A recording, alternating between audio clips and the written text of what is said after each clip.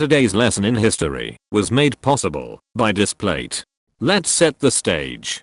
It's 1959. The world is in fallout times, and the Cold War is at the front of the world stage.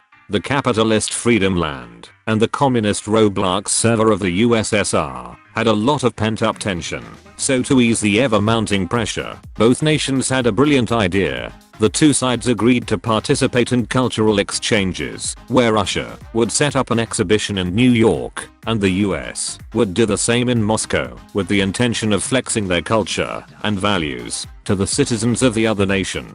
On the 24th of July, 1959, Soviet Premier Nikita Khrushchev visited the American exhibition, which was sponsored by US companies like Disney, IBM, and of course, Pepsi. So, while then Vice President Richard Nixon and Khrushchev were touring the life-sized model of a typical US home, the pair inevitably engaged in a heated debate over political viewpoints until the pair made their way past the Pepsi stand. There, the head of Pepsi's marketing division, Donald M. Kendall, offered Khrushchev the cold refreshing drink that didn't sponsor this video, and that first sip would change the course of history forever.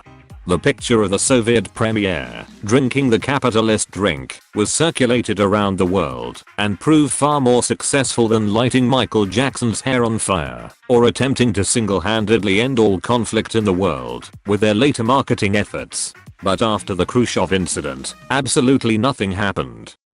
Until 1972. As it turns out, that same Pepsi executive was trying to expand into new markets, and Nixon, who had now been elected as president, wanted to once again ease tensions between Russia and the United States, which included expanding commercial relations across the Soviet nation.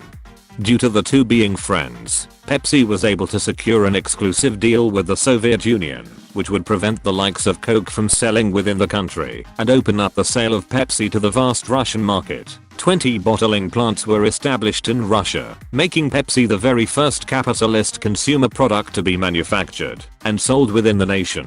But there was a problem. The Russian ruble wasn't a convertible currency and was entirely worthless outside of the USSR, meaning the Russian state and PepsiCo had to come to another arrangement. In a seemingly primitive tribal agreement, the Russian state would essentially trade stolnyknaya vodka for the equivalent value of Pepsi, which somehow worked. Pepsi sold stolnyknaya vodka within the states, which went on to become the second largest brand of vodka within the country, and the people of Russia were now enjoying their new favorite American beverage. But the arrangement, of course, couldn't last forever. By 1989, the Soviet Union was on its last legs, but Pepsi in the meantime was planning to expand its Russian operation even further with another 26 bottling plants and an estimated $3 billion in expectant sales. As the Soviet Union couldn't produce anywhere near that amount of vodka, and as its currency was still worthless outside of the country, the Russians, once again, had to improvise. The Soviet Union had very little consumer goods to speak of. However, it did have an incredibly inflated military budget after years of continued tensions, and along with this, a monumental stockpile of outdated weapons systems. So in one of the strangest outcomes, in an agreement between two opposing ideologies, Pepsi traded enough of its product to last 1 million lifetimes, and in return, the Russian state handed over 17 submarines, a cruiser, a frigate, and a destroyer. A motherfucking destroyer. The Pepsi executive from the start of the story reportedly told the US National Security Advisor at the time, "We are disarming the Soviet Union faster than you are." But students of history will know that the deal couldn't have lasted very long, as only 3 years later, the Soviet Union collapsed, and Pepsi's exclusive deal met the same fate of the failed state. Coke of course took this opportunity and moved into the now open Russian Federation, dominating the market that Pepsi had monopolized for nearly 2 decades. The fleet traded to Pepsi was never sailed up to Coca-Cola headquarters or used to plunder its logistical operations, but instead sold to Norway, which was then sold for scrap to a shipyard in Sweden. But for the shortest time, this soft drink company had in its possession the 6th largest navy in the world. If you appreciate a time when nations could trade entire military fleets for a few sweet beverages, or when any day could spell the end for humanity on Earth, then you might like to decorate your walls with something to remember the good old days. Luckily, Displate has you covered.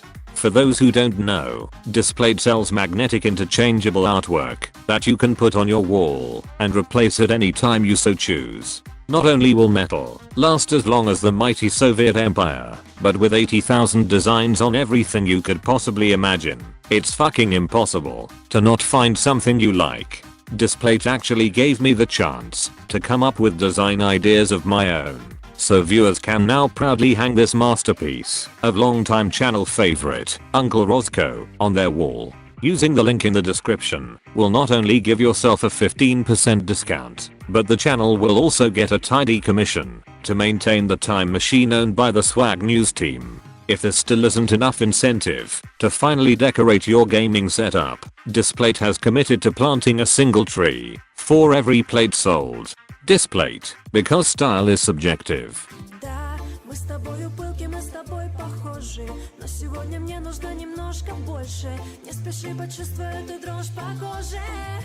Медленно я хочу вдыхать аромат твоей шеи. Можно я шепну тебе что-то не смело, и ты не забудешь меня, будь уверен.